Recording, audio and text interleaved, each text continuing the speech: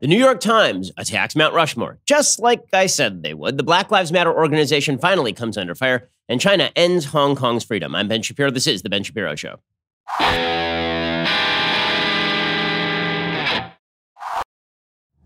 The Ben Shapiro Show is sponsored by ExpressVPN. Why haven't you gotten a VPN yet? Go do it right now. Visit expressvpn.com/Ben. Okay, so we are approaching July 4th. And as I discussed yesterday on the program, July 4th is well worth celebrating. Independence Day is well worth celebrating because it celebrates the fundamental principles espoused by the United States at its inception, not completely fulfilled for huge swaths of Americans, but fulfilled gradually over time. We talked yesterday on the program specifically about July 4th and what it meant, the principles of inalienable rights, pre-existing government, the idea of equality before the law and equality in those rights, and the notion of a government that was created to protect those God-given rights. That is worthy of celebration on July 4th. Well, the alternative perspective, which is that America is not worth celebrating, has obviously gained a foothold in the United States, a massive foothold in the United States. But it's not just that. There's a certain vitriol that comes along with this perspective on America that is truly incredible. I'm going to read you a little bit from a piece by Jamila Lemieux. And I normally don't read from Slate because Slate is obviously a left-wing publication. It's an openly partisan publication, so there's not much to discover there. But there's a mindset that is worthy of evaluation here that I think is exposed in this care and feeding column, right? The advice columnist over at Slate. So the title of this column is, "My Kid's Dad is a Trumper. Should I criticize him openly or keep it civil? I've been trying to instill my liberal values without disparaging their father, but these times call for more." Okay, so the basic premise of this particular advice question is, I'm divorced. My husband is a Donald Trump supporter. My new husband and I are liberal. My kids come over and they have heard one perspective from their dad. And now I want to give them the other perspective. Should I be polite about it? So the column says, here's the question. I have 3 young kids, 10, 9, and 6, whom I adore. Due to life circumstances, they live mostly with their dad for the school year. I see them often. They live with me and their stepdad during the summers and breaks. My husband and I are very liberal. My kid's dad is very conservative, like Trump supporter conservative.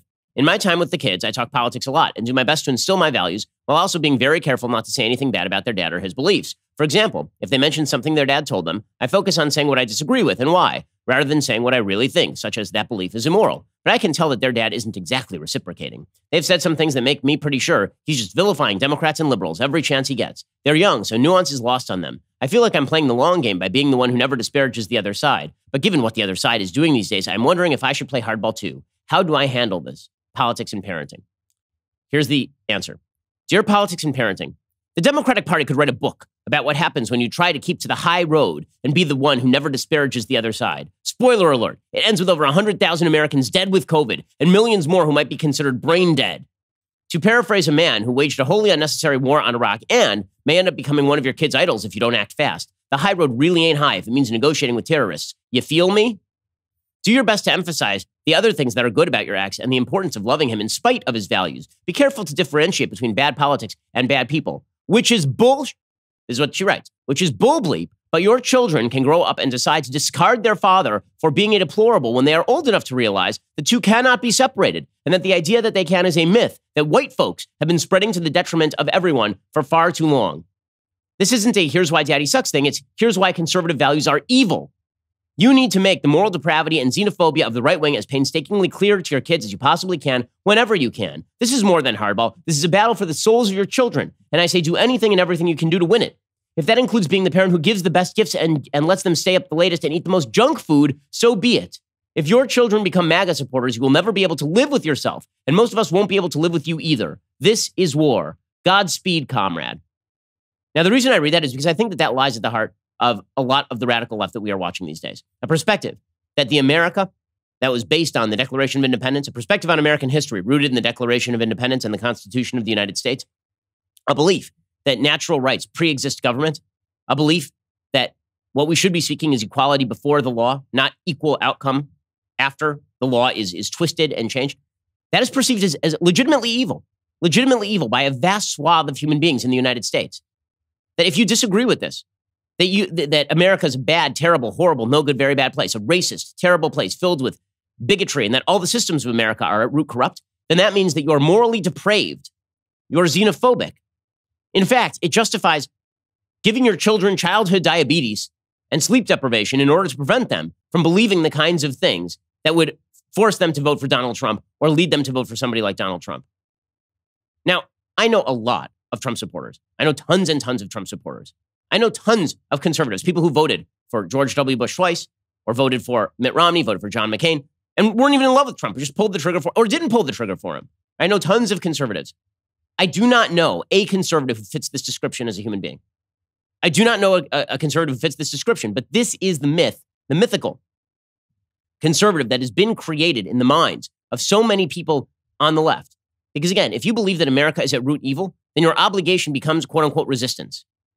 Your obligation becomes tearing down the systems. And if that means the Stalin-esque task of separating children from their parents, teaching their children that their parents are bad human beings, if it means that you have to tell kids that their parents are bad for believing a different thing about tax rates or believing that America isn't at root evil, then you do it. Because after all, this is war. Now again, this is, I think, just saying the quiet part out loud for a lot of folks. I don't think this represents the vast majority of liberals in the country. I think there are still liberals. This is why I always separate on the show between liberals and leftists. There are liberals in the country who still believe in open conversation and who don't attribute evil morality to people that they disagree with.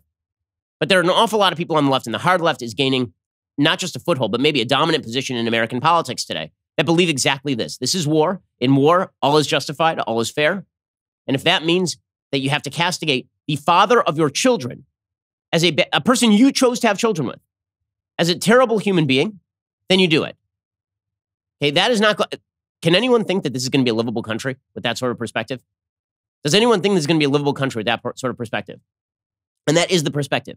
On the one side are all of the good, morally decent, righteous people. And on the other side is innate evil. On the other side are all the deplorables, all the terrible, truly bad people on planet Earth. Now, number one, this is such a self-flattering perspective for a lot of folks on the hard left.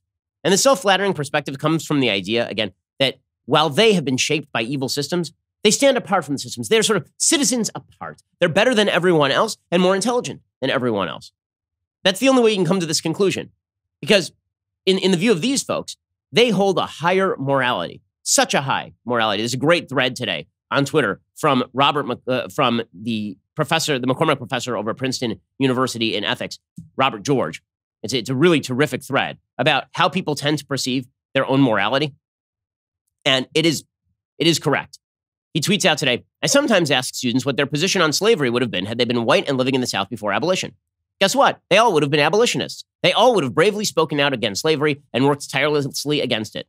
Of course, this is nonsense. Only the tiniest fraction of them, or any of us, would have spoken up against slavery or lifted a finger to free the slaves. Most of them and us would have gone along. Many would have supported the slave system and happily benefited from it. So I respond by saying that I will credit their claims if they can show evidence of the following: that in leading their lives today, they have stood up for the rights of unpopular victims of injustice whose very humanity is denied, and where they have done so knowing, 1, it would make them unpopular with their peers, 2, they would be loathed and ridiculed by powerful, influential individuals and institutions in our society, 3, they would be abandoned by many of their friends, 4, they would be called nasty names, and 5, they would risk being denied valuable professional opportunities as a result of their moral witness. In short, my challenge is to show where they have, at risk to themselves and their futures, stood up for a cause that is unpopular in elite sectors of our culture today.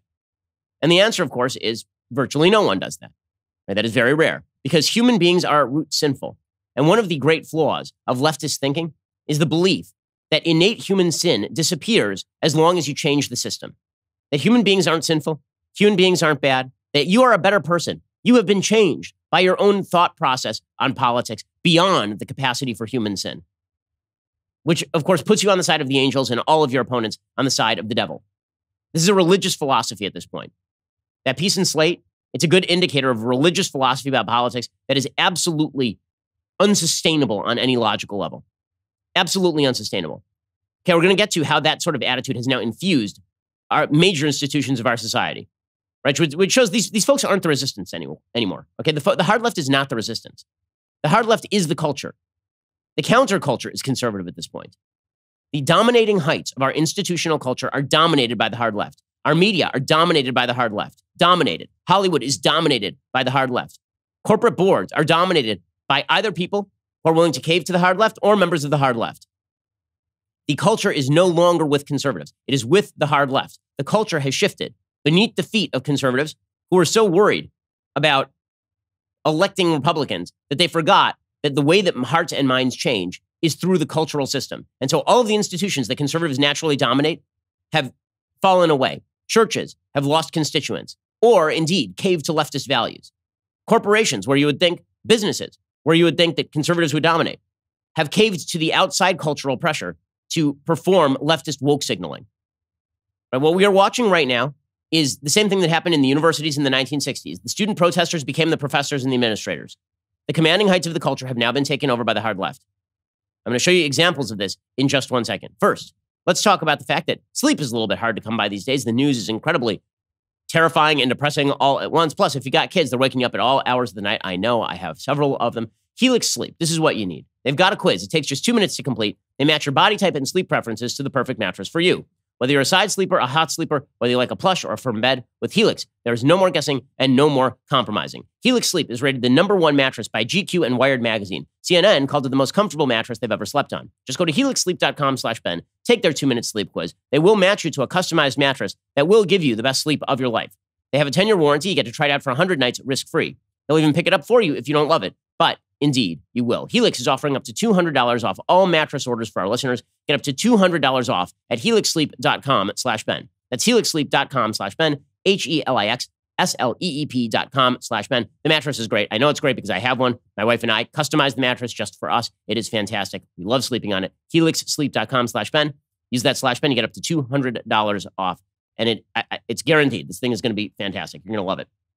So the moral gap that now exists in our society, in which an entire sector of society that sneers at the entire other side as immoral, as bad human beings. Like I thought for a long time this is a real differentiating factor. I've written about this for probably, at this point, decades. The differentiating factor between right and left is that the right tends to think the left is wrong and the left tends to think the right is evil. The entire culture is now dominated by people who think that the right is full out evil. And this means censorship. It means censorship. CNN, a supposedly free speech outlet, right? They're whining and bitching every single day about the fact that President Trump is mean to them. Oh, it's a threat to the press. Oh, he's going to shut down the press when he's done nothing except raise their ratings.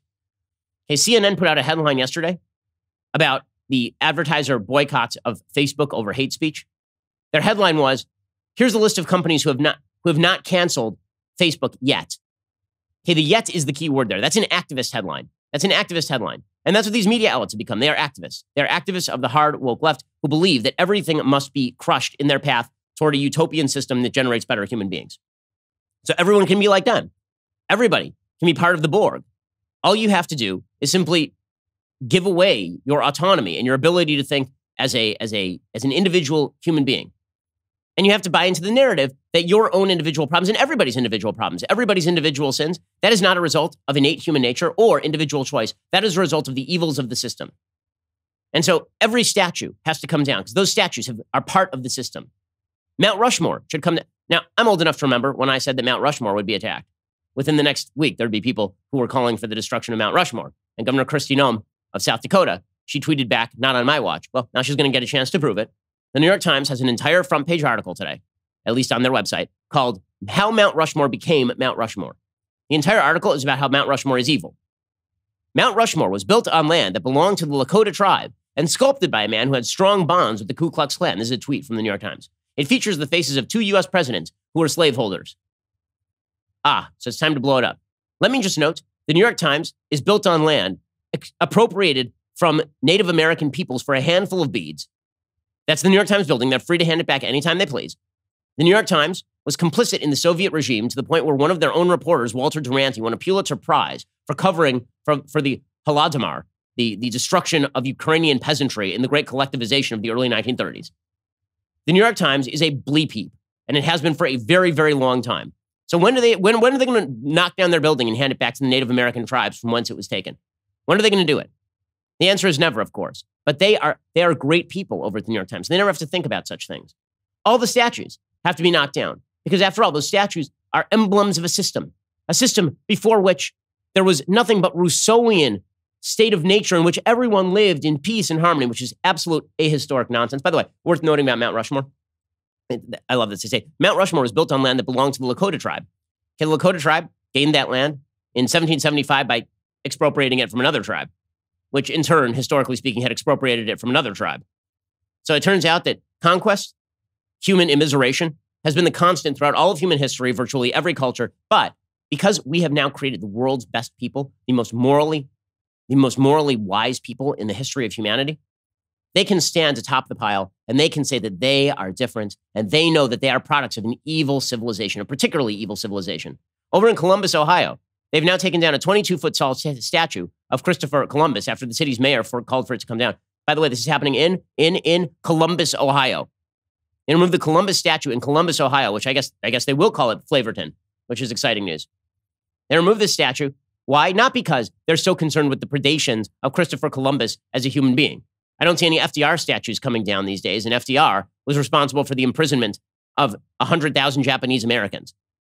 Okay, but Christopher Columbus has to come down. Why? Specifically because of what he was put up for. See, this is the thing. This is the thing. Statues are generally erected. Okay, not Confederate statues, which are a bit of a different story, which I'll explain in a second.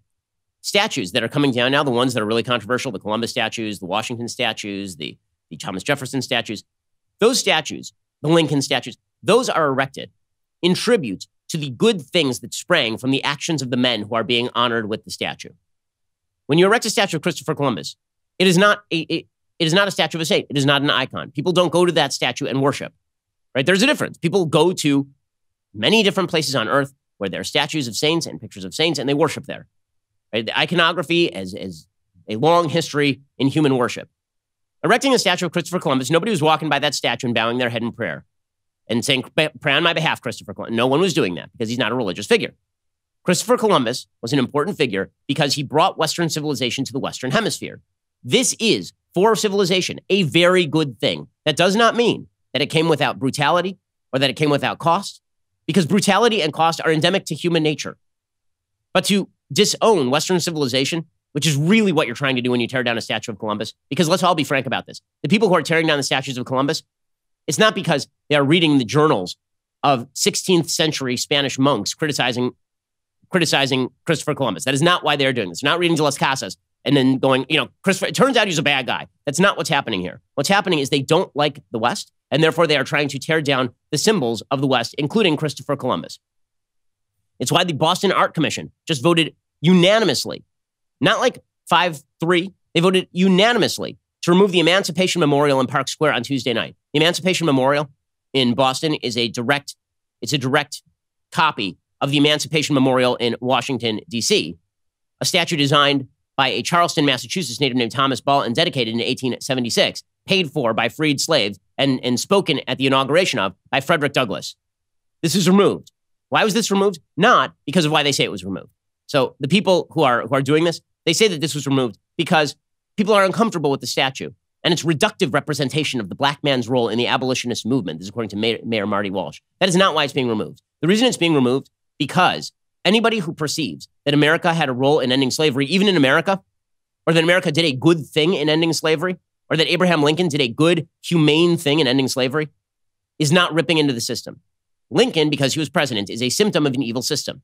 It doesn't matter that he fought within the system to end the system of slavery. The system itself is the evil. And so if you are an advocate for the system, if you believe that the system actually is good and that we strayed from founding principles, well, then that makes you bad too. You are now part of the system. You are just as evil as that dad that they were talking about in Slate magazine. You're the bad. Right? This is the great fight. You want to talk about the cultural war that is happening right now in the country? This is the cultural war that is happening in the country. A post-American America versus an America that does root itself in Americanism.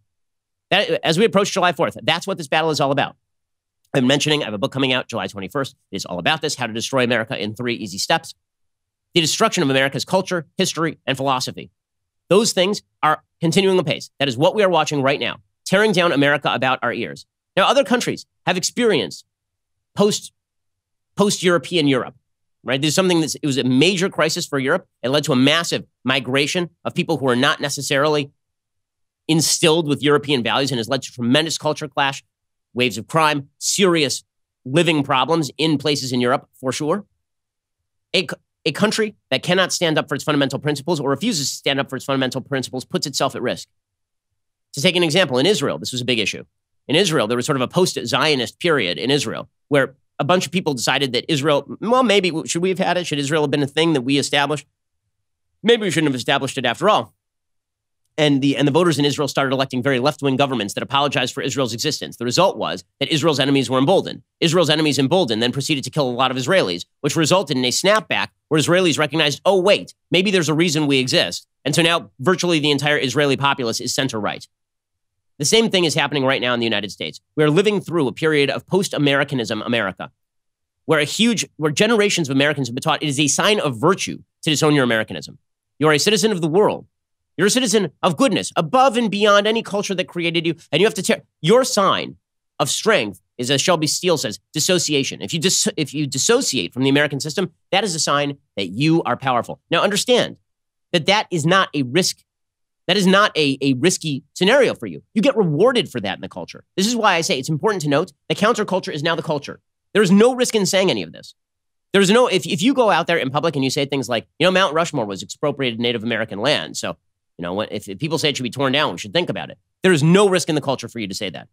If you say right now in the culture, Mount Rushmore is a signifier of the greatness of many American presidents because America is indeed a great country and the American flag stands for freedom, there is a shot you will be fired from your job at many corporations these days.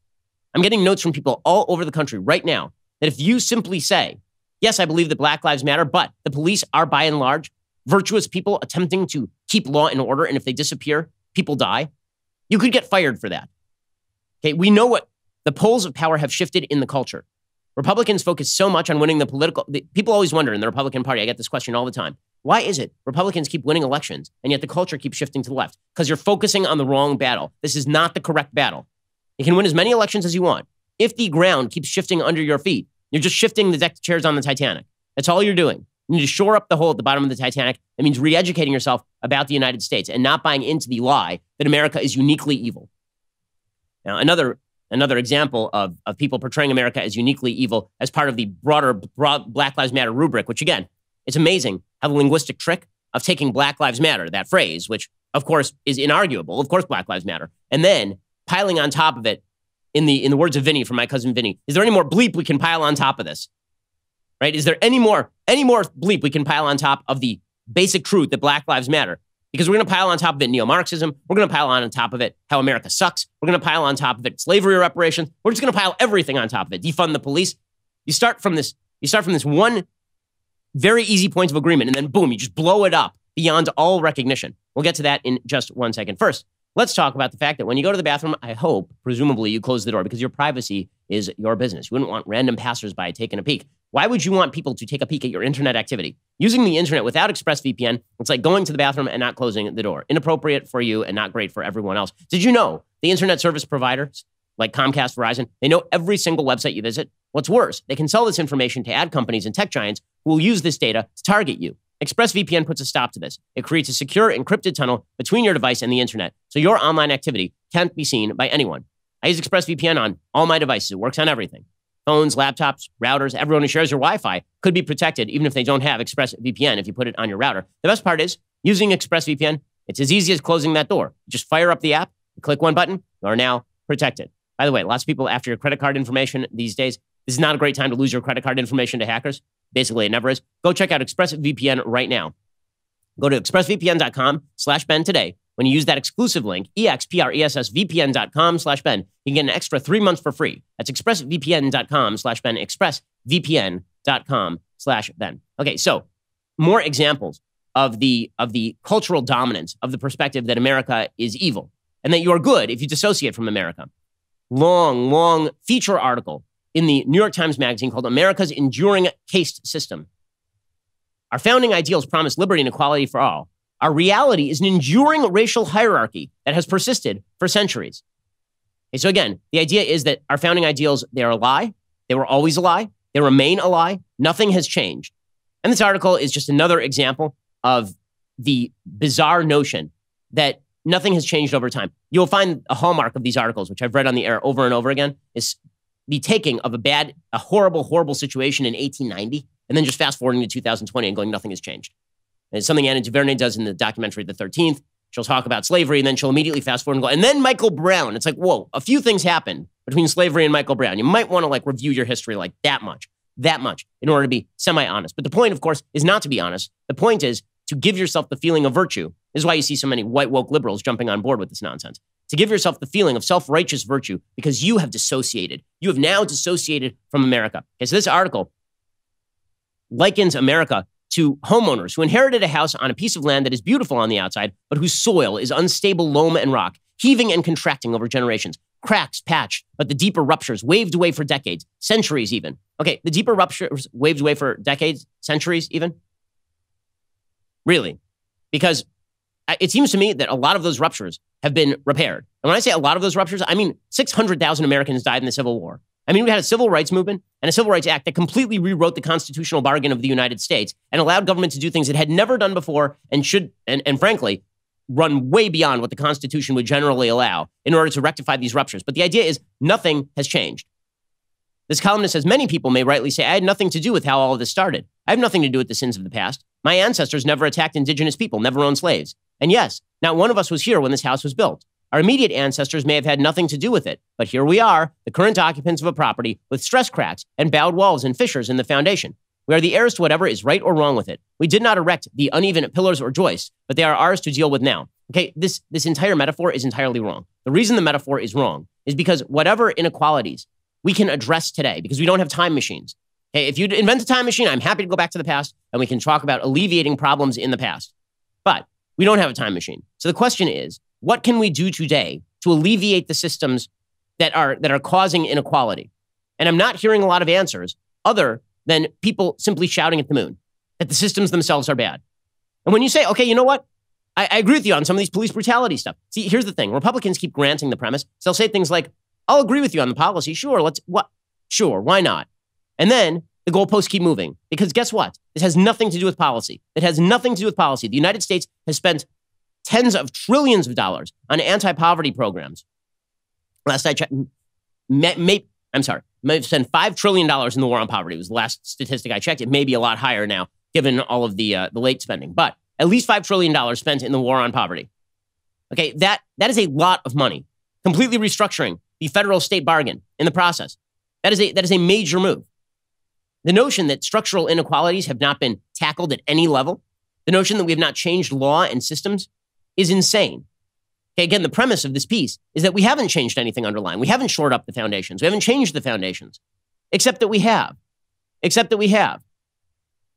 This article says, like other old houses, America has an unseen skeleton, its caste system, which is essential to its operation, as are the studs and joists that we cannot see in the physical buildings we call home. Caste is the infrastructure of our divisions. It is the architecture of human hierarchy, the subconscious code of instructions for maintaining, in our case, a 400-year-old social order. There it is, right? The entire American social order is built on sexism, racism, bigotry, homophobia. It must be torn down. At a certain point, the house can't be supported. You just have to tear down the house and build a new house. Because that's what you would do. I mean, the metaphor is the house, right? The metaphor is a house that is built on unstable foundations. That means you got to raise it. The most incredible, ignorant, insane part of this piece. Throughout human history, 3 caste systems have stood out. The lingering, millenniums-long caste system of India, the tragically accelerated, chilling, and officially vanquished caste system of Nazi Germany, and the shape-shifting, unspoken, race-based caste pyramid in the United States. Really, those are the 3 that stand out. The U.S., Nazi Germany, and India, where they have actual untouchables. There are no other caste systems that you can think of, other than in virtually every civilization on planet Earth, right? Other than virtually all of human history, where castes existed. This is insane. It's patently insane. Again, that does not excuse a prior caste. But again, the caste does not exist in the United States. That caste does not exist in any formalized fashion. All of human sin cannot be healed by simply changing the systems.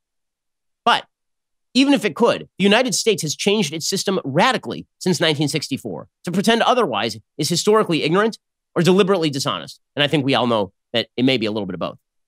In a second, we're going to get to supposed changes to the system that would fix this. But of course, it's not about changing the system. It is about the narrative. It's about a feeling of self-righteousness. It's about being part of the post-America America, the post-American America, the post-American ideals America, the post-July 4th America.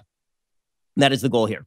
We're going to get to more of this in just, and the entire, some of the people who are pressing this, it's truly incredible. We'll get to that in just one second. First, hiring can be difficult, but if you're a company that's currently trying to hire, you face new difficulties from safely reopening your doors to finding the right person for a specialized role. We're all trying to get back to work right now. You need a company that's going to help you find the best job or help you find the best employee. If you're an employer, you need to turn to ZipRecruiter. HousingWire can relate.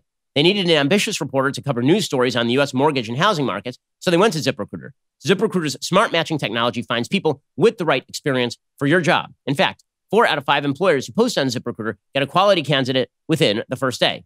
That's how HousingWire found Alexandra Roja. Alexandra never imagined she could get a reporter job in the midst of COVID-19 because hiring was frozen. So she created a profile on ZipRecruiter, and ZipRecruiter matched her to HousingWire reporter's job because her degree and writing skills were a really good fit for the role, and she got hired. And we use ZipRecruiter here at the Daily Wire. It's why all of our employees know that at a moment's notice, they could be replaced with somebody more skilled at their job. ZipRecruiter can help you make your business better or help you find the job you've been looking for. See how ZipRecruiter can help you hire. Try it now for free at ZipRecruiter.com/dailywire. That is ZipRecruiter.com/dailywire. Go check them out right now. Okay, so the effect, this is why the press has been for completely useless solutions, because any solution shores up the system. Any solution shores up the system. So think about this from a political analog. There are a lot of people on the left who believe that anything that goes right in America is bad for the country because in the end it benefits Trump. And there are a lot of people right now who believe that if the economy were to recover, that would be very bad for the country long-term or even mid-term because it would benefit Trump and he might get reelected, which would do more long-term damage. There's a whole perspective about America that says that if the American system is bad and evil, then anything that is good about the American system is actually bad, because that is upholding a system that promulgates bad. Anything that is good, we can't even acknowledge the good America does, because that might lead people to be complacent about these evil systems. And so we're not going to fix any of the problems. So here's the thing. Most people kind of have an idea on how to fix some of the inequalities that exist in American life. And most people kind of figure, you know what? If people are going to bad schools, you know what we should do? We should fix the schools. You know what's one way to fix the schools? Give people vouchers and school choice. But nobody wants to pursue that. Most people agree that if we're going to talk about police brutality, we should have more transparent data. We should think about qualified immunity, right? Most people, and how we change that slightly, right? Most people, if you get to specifics, you can find agreement. But the point of our modern politics is not to find agreement. It is to exacerbate disagreement. And that is why you see the Democrats focused in not on getting 75% of what they want in a police reform bill that the Republicans put forward. Instead, Democrats are very excited to do a few things, right? They're excited to, for example, push forward a House resolution that would set up a committee to investigate slavery reparations, which is not going to happen, right? It's not a policy that is going to take place. And frankly, any race discriminatory policy is probably unconstitutional in the United States right now. But this is what Democrats are pushing. So Sheila Jackson Lee, who is a representative out of Texas, she's Texas' 18th district. Sheila Jackson Lee yesterday, she suggested that America needs to pay reparations, which of course is about how America is deeply and endemically evil. We are 155 years removed from slavery in the United States, and we are now almost 6 decades removed from the Civil Rights Act of 1964. And Sheila Jackson Lee says that America needs to pay reparations, race reparations. Make no mistake. Here she is explaining why she's pushing forward this House resolution, which again is not designed to do anything. It's designed to simply push the message that America is endemically bad. This 13-member commission established by the federal government answers the question that is not the individual act of holding slaves. It is the government's sanction that denied African Americans their equality, and as well the government's responsibility with this 13-member commission to design the responses to the continued death, murder, and inequities in our community. This is America's responsibility to pay, the American government's responsibility to pay her debt. Okay, so it's America's responsibility because America has never rectified its sins. America is endemically evil, and nothing has changed. Okay, can I just point something out about Sheila Jackson Lee? Sheila Jackson Lee, she's not descended from American slaves. Sheila Jackson Lee would not be eligible for reparations if we actually attached reparations to American slavery, right? If we did it based on race, she'd be eligible. But both her parents were immigrants from Jamaica. She graduated from Jamaica High School in Queens. She earned a BA in political science from Yale University in 1972 and a JD from the University of Virginia Law School. Okay, that does not sound like a wildly unprivileged, difficult life. It doesn't. That doesn't mean she hasn't overcome obstacles. I am sure she has. I'm sure she has, because most people do. But this is not somebody who is kept down by the American system. She's a 13-term congressperson, who is the child of immigrants from another country. Right? The notion that she's standing there talking about the endemic evils of the United States and that we need to pay reparations on the basis of race, what that really is about is it's not about solving any of the problems. It's not about problem solving at this point. It's not even close to about problem solving. By the way, even advocates of reparations like Ta-Nehisi Coates suggest that paying reparations wouldn't solve any of the problems. It'd mostly be a symbolic move. Well, the symbolism is, again, what? The great-great-great-great-great-grandchildren of people who did not enslave anybody, paying the great-great-great-great-great-grandchildren of people who may have been slaves or who may not have been in America at all. What is that about? What that's about is dividing America. It's about suggesting that slavery is not a blot on America's past. It is the heart of America's past. Right? That is the idea here. And this is why you see the left also refusing to separate off from the Black Lives Matter organization. Now, again, we could all find agreement. We could all find agreement on all this stuff. Slavery, evil, Jim Crow, evil, systems of discrimination that you can name and point out. They're like racist systems, evil. We're all on the same page. We all want to fight that stuff. But the goal here is that, again, the underlying narrative is about much more than that. It's about how America itself is unchangeably, unbridgeably evil, unchangeably and unbridgeably wrong. And this is why you see so many members of the left defending the Black Lives Matter organization when they don't even have to. Now, let's be clear about this. The Black Lives Matter organization is not the same as the slogan Black Lives Matter. The Black Lives Matter organization is a radical Marxist organization. The people who organize Black Lives Matter are openly stated Marxists. And so it is no surprise when the Black Lives Matter organizer calls Trump the terrorist in chief on CNN. Hey, here's one of the Black Lives Matter organizers talking about all of this. Donald Trump is the embodiment of white supremacist terrorism.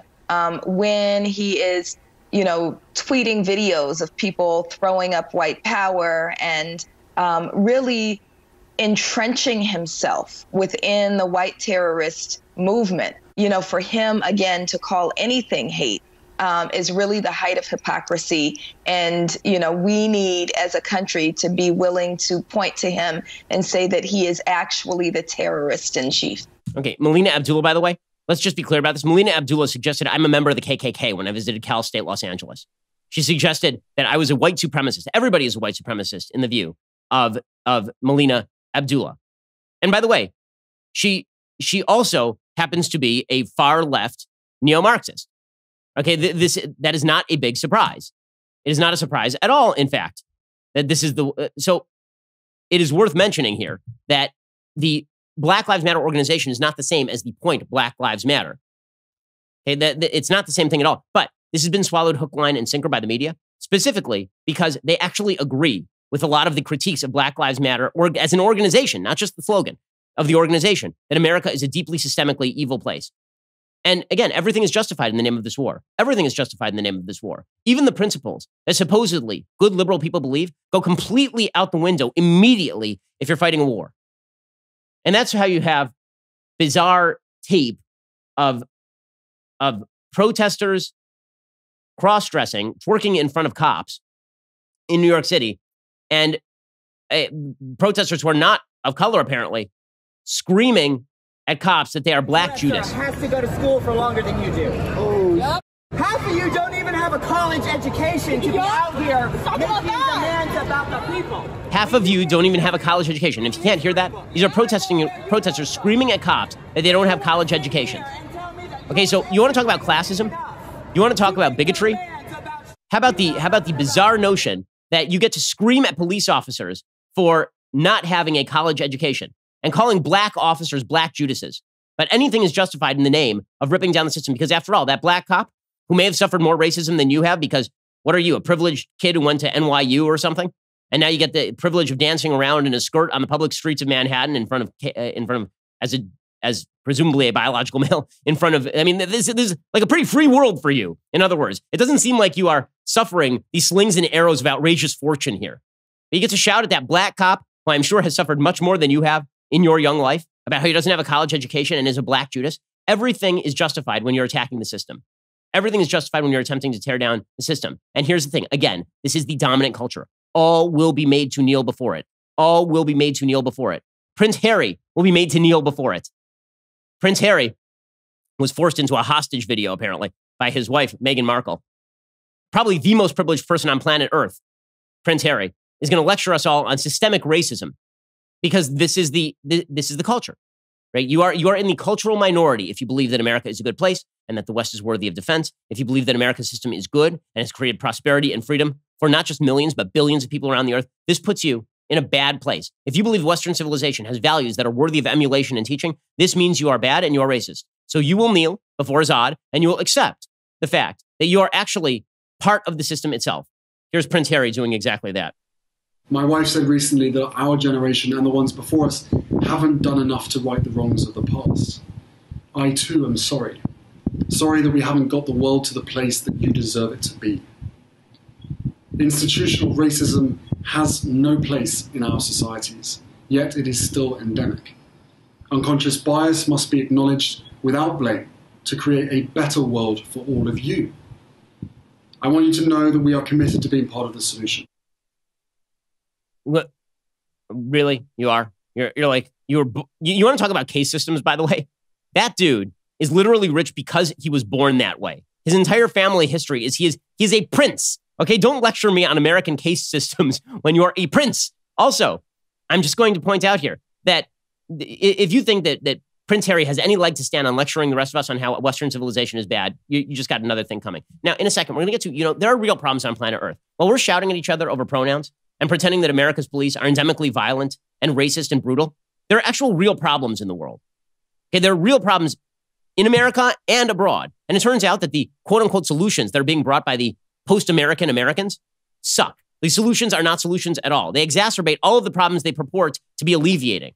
We'll get to that in just 1 second. First, let's talk about the fact that you need to be on top of your data. If you are a small business owner today or a big business owner today, you need to be on top of your data. You cannot afford to be running behind. What you need is NetSuite by Oracle. It's the world's #1 cloud business system. Finance, HR, inventory, e-commerce, everything you need, all in one place. So you save time, money, and headaches. Whether you're doing $1 million or hundreds of millions in sales, NetSuite will give you visibility and control so you can manage every penny with precision. Join over 20,000 companies who trust NetSuite to go faster with confidence.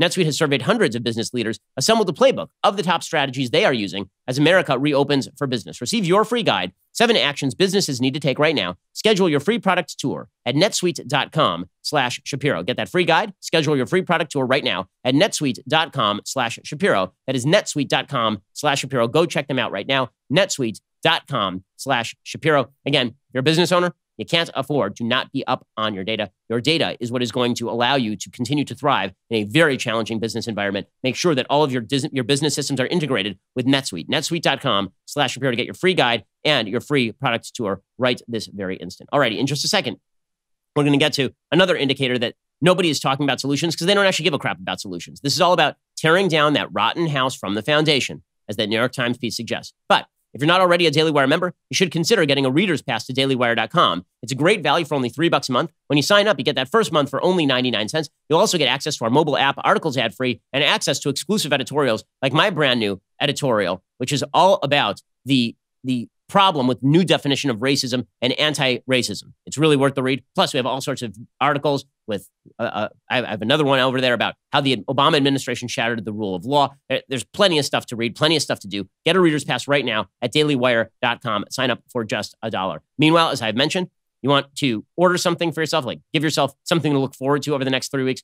Go pre-order my book, How to Destroy America in 3 Easy Steps at dailywire.com/Ben. It is, I think, the most important book in the country when it'll be released. I think you're going to find it incredibly useful. I think you should find it inspiring because it really is about how America is all the things that it was cracked up to be. We didn't always live up to all of our commitments in the founding documents, but America is the greatest country on the face of the earth. It is a ringing endorsement of America and a reminder of how to fight back against the leftist narrative that has taken over the country, the disintegrationist narrative that's tearing us apart right now. It comes out July 21st. It already is on the bestseller charts over at Amazon 3 weeks early. Go check it out right now over at dailywire.com/Ben. Go check it out right now. You're listening to the largest, fastest growing conservative podcast and radio show in the nation.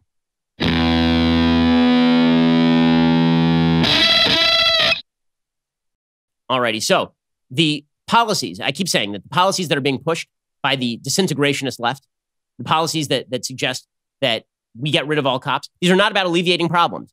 The problems are not there to be solved. The systems must be taken down.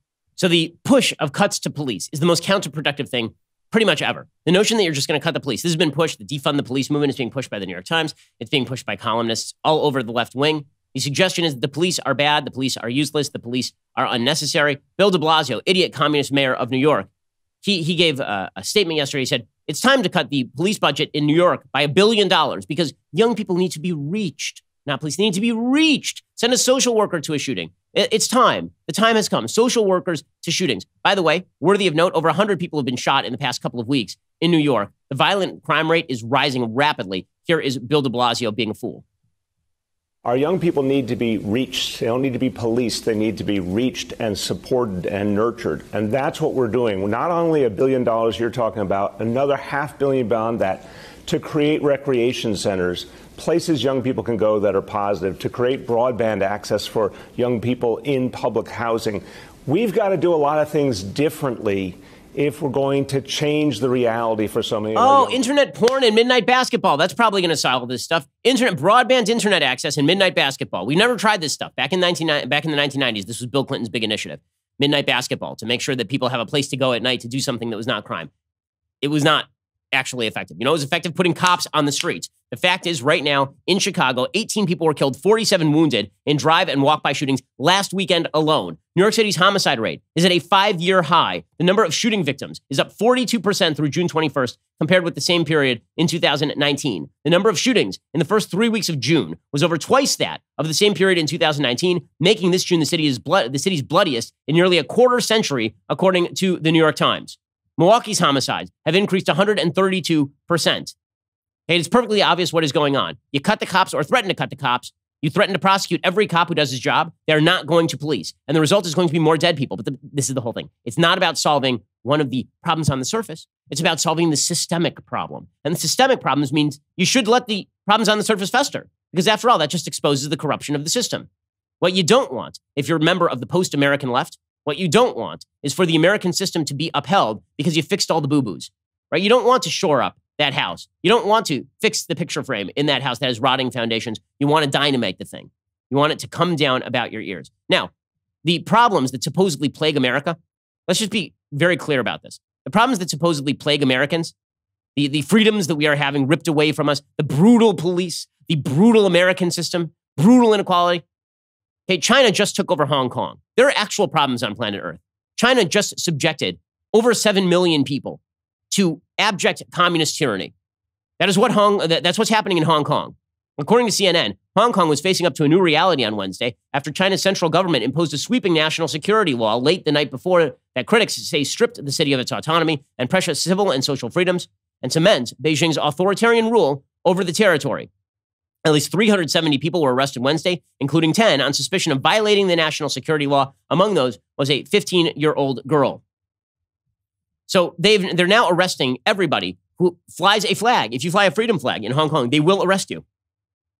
According to the Wall Street Journal, they say China's decision to impose its national security law on Hong Kong is a seismic event that goes well beyond the sad fate of its 7.5 million people. The illegal takeover shows that Beijing's communist rulers are willing to violate their international commitments with impunity as they spread their authoritarian model. We say this with regret because we were among those who helped, amid China's reform era in the 80s, hoped that the Middle Kingdom could be drawn into a world of peaceful global norms.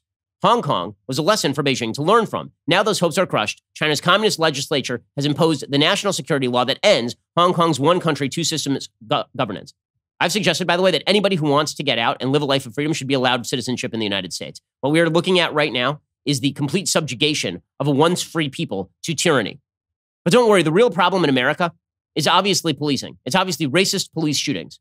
Again, grand total, 15 unarmed black people were shot in 2019, according to the Washington Post database of such shootings. 15 in a country of 42 million black people. But we are being told by our intellectual and moral betters, people who will tell our children that we're bad human beings, we're being told that we are racist for pointing out facts like this, or for suggesting that America's system is actually free, that America's system is actually prosperous. The same people who are lecturing us on Black Lives Matter and the NBA, the LeBron Jameses of the world, are chiding members of their own organizations for speaking out on behalf of Hong Kong's freedom. Don't tell me that there's a lot of moral courage to that. You take the check from China, and then you say a very, very popular thing among your woke base in the United States. That doesn't sound a lot like moral courage. It sounds mainly like you're the dominant culture in the United States when it comes to politics. Again, that is the message that takes moral courage, is the message that America is filled with flawed people, that America is filled with sinful people, just like every civilization, and that it is our job to find those flaws and find those sins and try to extirpate those. That it is our job to find racism where it exists and try to extirpate it. That when we find a racist law or a racist policy, we try to extirpate it. But that America's system is free, that America's system has been driven by the principles of the Declaration. Those principles are not principles that can be alienated. Those are not principles that are worthy of abandonment. Those are principles that are worthy of emulation, of upholding. Okay, if America's not willing to defend herself, if instead America just turns into a slow cultural roll toward post-Americanism, then we're done here. We're finished. By the way, there are a couple of Republicans in the Senate who have proposed a bill to make Juneteenth a national holiday, which I support. That's fine. That's good. That's good. I mean, I've called for it. I was one of the people on Twitter openly calling for it this year. Okay? That is a good thing. They also want to get rid of Columbus Day at the same time, which of course completely caves to the leftist perception of America as rooted in fundamental Western evil and cruelty. And that is not a culture that can survive. A culture that apologizes for its own existence, and I mean American culture, not any racial culture, American culture.